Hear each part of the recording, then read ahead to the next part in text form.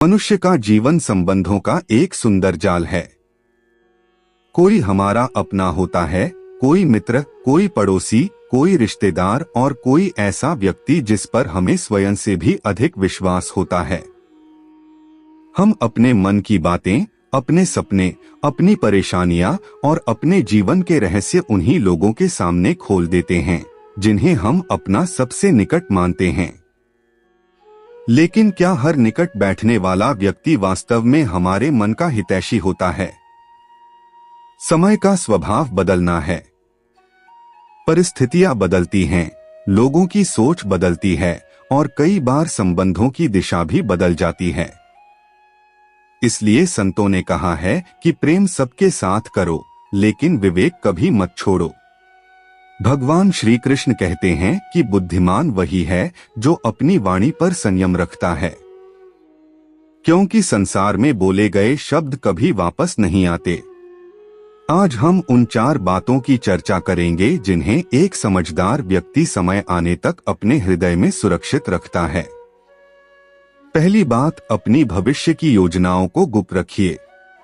भक्तों, जब मनुष्य कोई नया संकल्प लेता है तो उसका मन उत्साह से भर जाता है। उसे लगता है कि वह अपने परिवार, मित्रों और परिचितों को तुरंत बता दे कि वह क्या करने जा रहा है। कोई नया व्यापार, कोई नई नौकरी, कोई बड़ा लक्ष्य, कोई नया घर या जीवन बदल देने वाला सपना। लेकिन यहीं से कई बार असफलता का आरंभ हो जाता है। एक नगर में आरव नाम का एक युवक रहता था। उसके मन में एक बड़ा सपना था। वह अपने छोटे से गांव से निकलकर ऐसा कार्य करना चाहता था जिससे उसका परिवार सुखी हो जाए। उसने उत्साह में अपनी योजना सभी को बता दी। कुछ लोगों ने कहा, तुमसे नहीं होगा। किसी ने कहा, इतना बड़ा सपना मत देखो।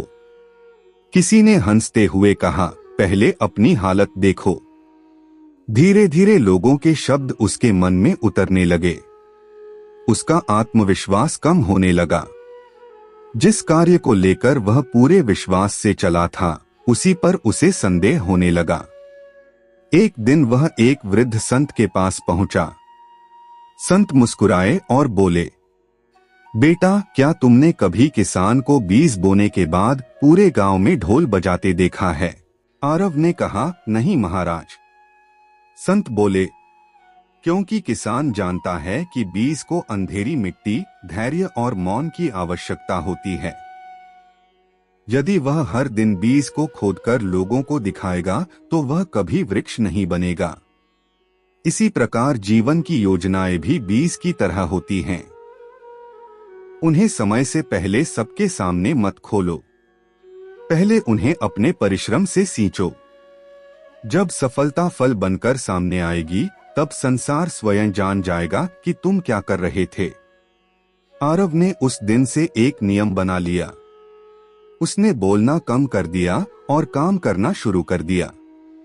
कुछ वर्षों बाद वही युवक अपने क्षेत्र का सफल व्यवसायी बन गया।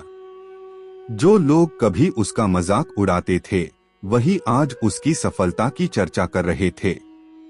भक्तों, याद रखिए, परिणाम सबसे बड़ा परिचय होता है। जिस सफलता को बार बार शब्दों से सिद्ध करना पड़े, वह अभी पूर्ण नहीं हुई है। इसलिए अपनी योजनाओं को समय आने तक अपने परिश्रम और भगवान के भरोसे सुरक्षित रखिए।